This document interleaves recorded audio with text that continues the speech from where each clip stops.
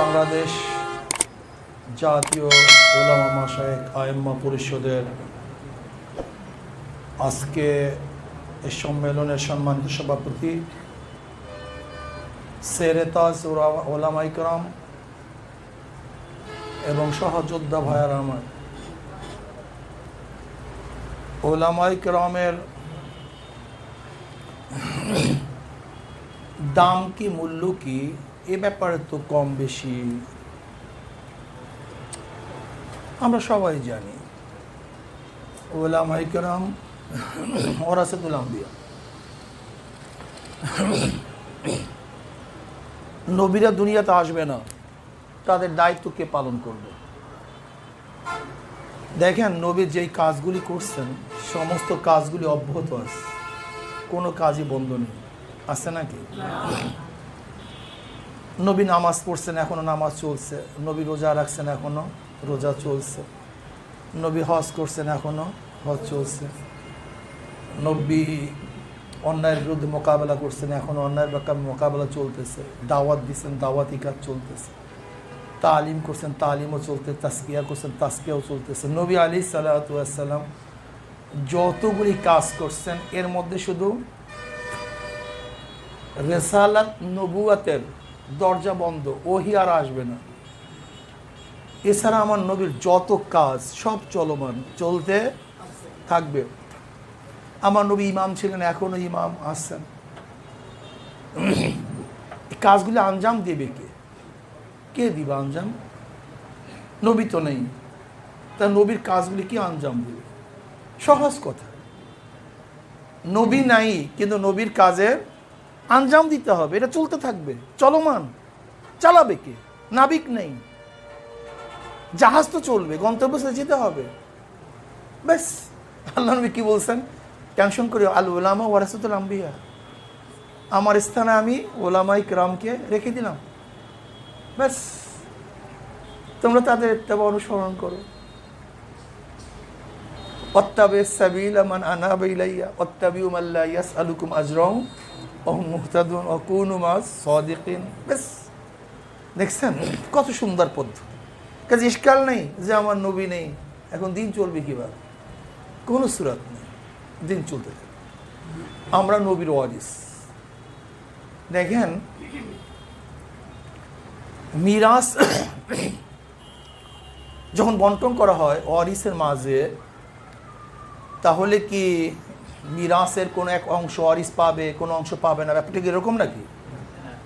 বরং ওয়ারিস তেজ্য সমস্ত সম্পত্তির ওয়ারিস হবে, ঠিক না? মিরাস পাবে। তাহলে আমরা যদি নবীর ওয়ারিস হয়ে থাকি তাহলে কি হবে?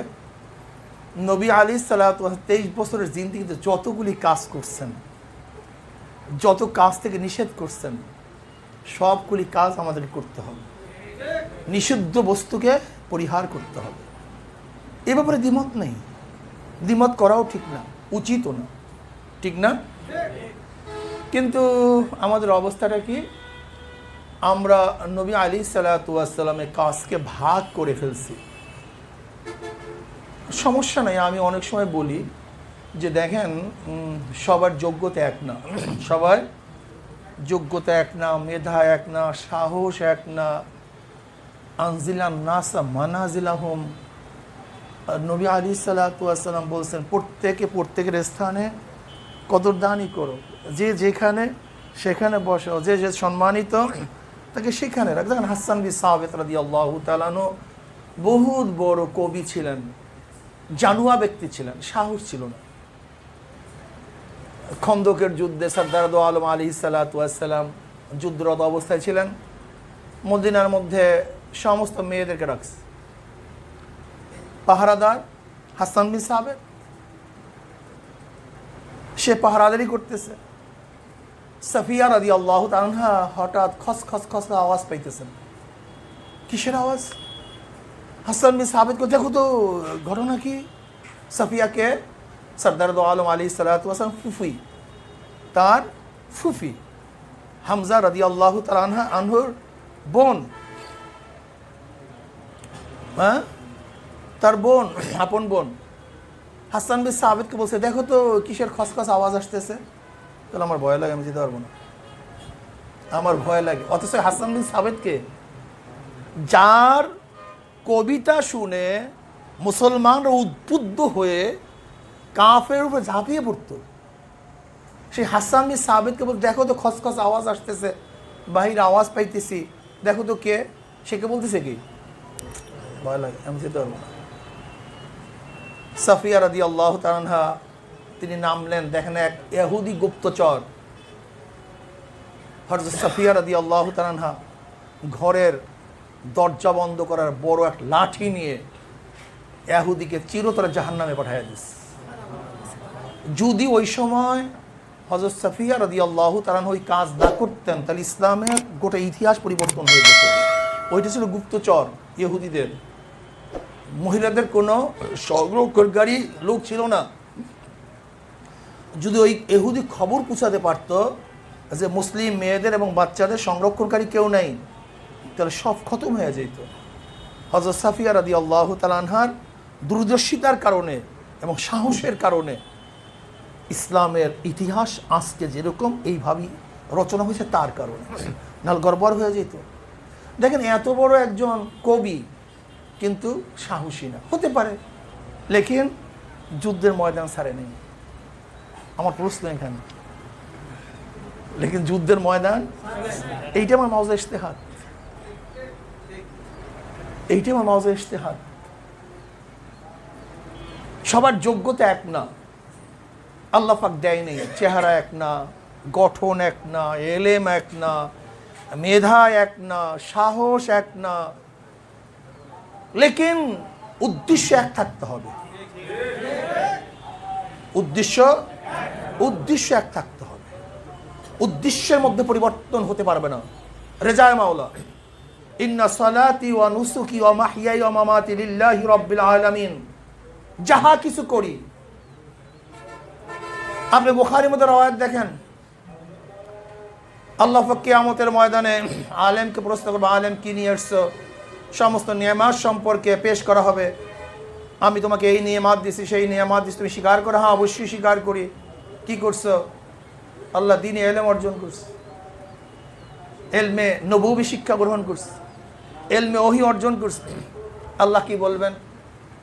আমি তোর অন্তরের খবর জানি, তুই ইলমে দ্বীন অর্জন করছো, মানুষ তোকে আলেম বলবে, মুহাদ্দিস বলবে, মুফতি বলবে, সম্মান করবে, তুই বড় ওয়াইজ হবি, তোকে এত টাকা দিয়ে মানুষ তোকে নিবে, তোর আলোচনা গোটা দুনিয়ার মধ্যে ছড়িয়ে পড়বে, ইজ্জত সম্মানের মালা তোকে পরিধান করানো হবে।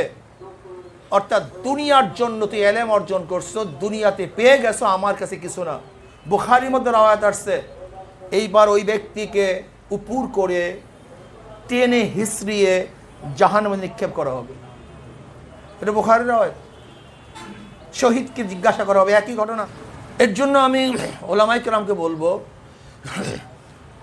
আমি যা বলছি আপনারা শুনছেন, কিন্তু আমার অন্তরের খবর ইন্নাহু আলিমুম বিযাতিস সুদূর, কেউ জানে না। আজকে কি অবস্থা? আমি ঐক্যের কথা বলি, ঐক্য চাই, ঐক্য চাই, ঐক্য চাই, লেকিন আমার অন্তর কি চায়? তুমি না আসো, তুমি না আসো, তুমি না আসো। মুখ বলে ঐক্য ঐক্য, অন্তর বলে তোমাকে যেন আমার পাশে না দেখি, তুমি এখানে না আসো, তোমাকে আমি চাই না, তোমাকে সহ্য করতে পারি না। আর মুখে শুধু ইন্নাহু আলিমুম বিযাতিস সুদূর। আল্লাহ অন্তরের খবর রাখেন।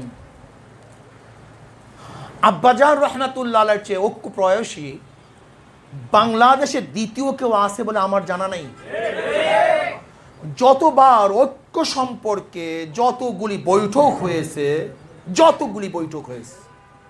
আব্বাজান আহমদ কি বলেছেন?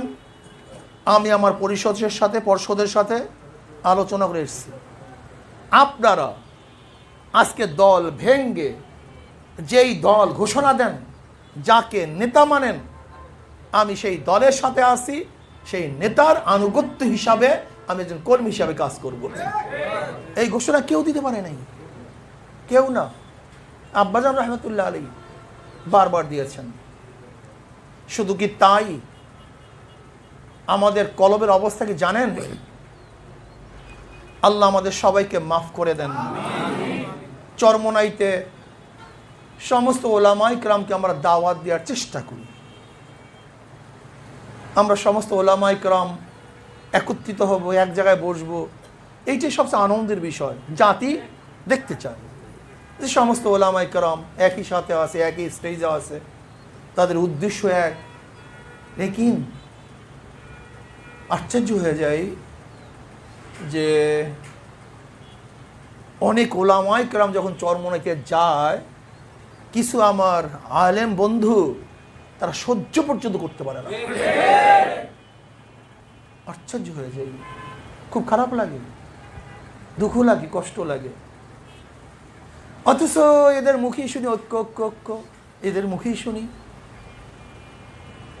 এদের মুখেই শুনি। আল্লাহ পাকের শুকর, এই বছর আল্লামা নুরুল ইসলাম জিহাদি সাহেব, মহাসচিব বাংলাদেশ হেফাজুল ইসলাম দামাত বরকাতুল আলিয়া, তিনি চরমোনাইতে গেছেন। আমরা আশা করি যে হেফাজুল ইসলামের আমির তিনিও যাবেন। আমরা আশা করি বাংলাদেশের সমস্ত ওলামায়ে কেরাম যাবেন। আবার তারা যখন ডাকবেন আমরা তাদের সেখানে যাব। এই বছর আমাদেরকে নুরুল ইসলাম জিহাদি সাহেব দামাত বরকাতুহুম বলছে যে খতমে নবুয়াতের এক মজলিস আছে। আমার প্রোগ্রাম টাঙ্গাইলে জাতীয় ওলামা মাশায়েখ আম্মা পরিষদের উদ্যোগে বিশাল প্রোগ্রাম। হয়তোবা অন্য কারোর প্রোগ্রাম হলে বলতো যে 20 লক্ষ লোক হয়েছে। কথা বুঝেন না? এই প্রোগ্রাম যদি অন্য কেউ হইতো তাহলে বলতো কি যে 20 লক্ষ লোক হয়েছে। এরকম প্রোগ্রাম ধরে নেন, এত বড় প্রোগ্রাম।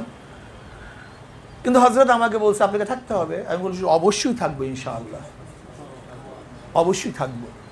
বাস চান্স পেয়েছি, শুধু মৌখিক দাওয়াত দিছে, হাজির হয়ে গেছি। চেষ্টা করি যেখানে যখন দাওয়াত দেওয়া হবে, হক্কানি কোনো মাজলিসে, স্টেজে, হক্কানি কোন স্টেজে যেখানে যখন দাওয়াত দেওয়া হবে, দায়িত্বহীন কোন বলতেছি, ইনশাআল্লাহ সেখানে হাজির হয়ে যাব, সেখানে হাজির হয়ে যাব। ব্যাস, ক্লিয়ার কাট কথা। কেন? রেজামন্দির জন্য, আল্লাহ পাক রেজার জন্য কাজ করি, অন্য কোনো দুনিয়ার উদ্দেশ্যে তো কাজ করি না। কিন্তু সবচেয়ে দুঃখের বিষয় হলো এই, আমাদের হেফাজুল ইসলামের মহাসচিব চরমোনাইতে যাওয়ার কারণে আমাদের অনেক জাতি ভাইরা সহ্য করতে পারে নাই, পছন্দ হয় নাই। এটা কেমন কথা হলো? এটা কেমন কথা হলো আমাকে বলেন? সেখানে ওলামা সম্মেলনে অনেক ওলামায়ে কেরাম বক্তব্য দিয়েছেন। এফরাত তাফরিদ হতেই পারে, এফরাত তাফরিদ হতেই পারে। যে বক্তব্য দিয়েছেন সেটা সংশোধন করবেন, সে তার দায়িত্ব। কিন্তু গালিটা আসছে সব চরমোনাইয়ের উপরে। কেন বাবা? কারণটা কি আমাকে বলো।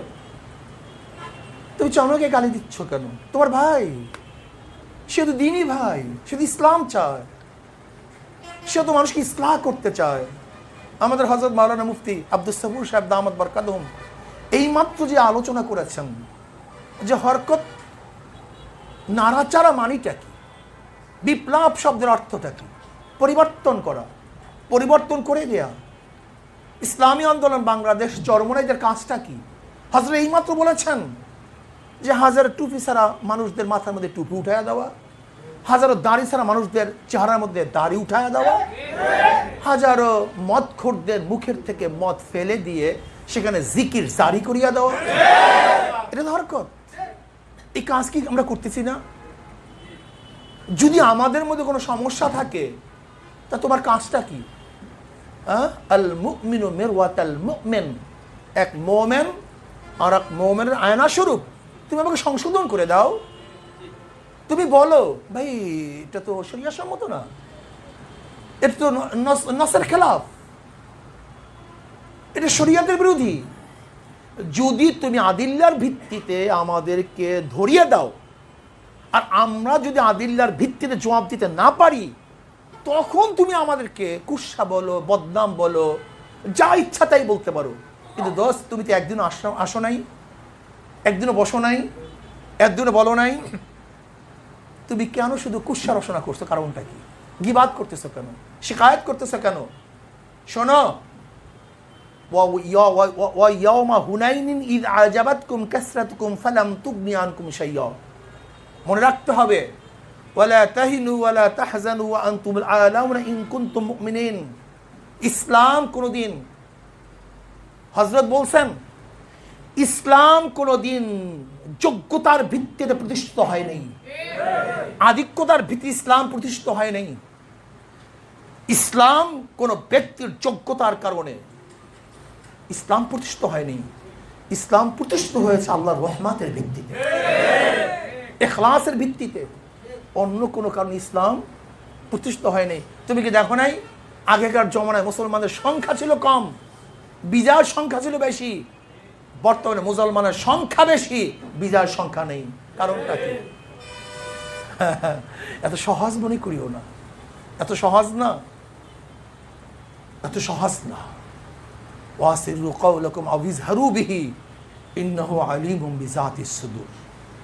এর জন্য আমি আমার উলামায়ে কেরাম দোস্তদেরকে বলবো, আমার উলামায়ে কেরাম যে যেখানে আছেন, স্টেজের ঐক্যতার বাহিরেও, সামাজিক ঐক্যতার বাহিরেও আগে কলবের ঐক্যতা করেন। কলবের ঐক্য হন, উদ্দেশ্যের ঐক্য হন। যদি কলব এবং উদ্দেশ্য এক হয়ে যায়, তাহলে গোটা দুনিয়ার যেই প্রান্তে আমরা থাকবো না কেন, আমরা সবাই এক। আর যদি কলবের ঐক্য না হয়, তাহলে আসিয়া আলাইহিস সালাতু ওয়াস সালাম, ফেরাউন থাকবে এক বিছানায়, কিন্তু ঐক্য থাকবে না। হযরত নূহ আলাইহিস সালাতু ওয়াস সালাম এবং তার ছেলে কেনান থাকবে একই ঘরে, কিন্তু ঐক্য থাকবে না। হযরত লূত আলাইহিস সালাতু ওয়াস তার স্ত্রী থাকবে একই খাটে, ঐক্য থাকবে না। হযরত নবী ইব্রাহিম আলাইহিস সালাতু ওয়াস সালাম এবং তার বাবা থাকবে একই বাড়িতে, কিন্তু ঐক্য থাকবে না। আর যদি কলব এক হয়, তাহলে সরদার দো আলম আলাইহিস সালাতু ওয়াস থাকবে মদিনায়, আর ওয়াইস কুরু থাকবে ইয়ামানে, কিন্তু তাদের মধ্যে ঐক্য প্রতিষ্ঠিত হয়ে যাবে। কাজে আল্লাহ পাক রব্বুল আলামিন আমাকে এবং আমাদের সবাইকে মাকসাদকে ঠিক রেখে রেজায়ে মাওলার জন্য কলবকে এক করে কাজ করার তৌফিক আল্লাহ আমাকেও দান করেন, আমাদের সবাইকে দান করেন। জাতীয় উলামা মাশায়েখ আইম্মা পরিষদকে ধন্যবাদ, শুকরিয়া জ্ঞাপন করছি। আল্লাহ পাক আজকে বহুত হয়তো বা বড় মজলিস হইতো, কিন্তু তার মধ্যে কামিয়াবি নাও আসতে পারতো। কিন্তু আজকে প্রশাসনের কারণে বন্ধ হওয়ার পরেও স্বল্প পরিসরে আলহামদুলিল্লাহ যে সম্মেলন হয়েছে, আল্লাহ পাক এর মধ্যে বহুত বহুত বরকত দান করেন। আমিও দোয়া চাই, আমিও দোয়া করি। আল্লাহুম্মা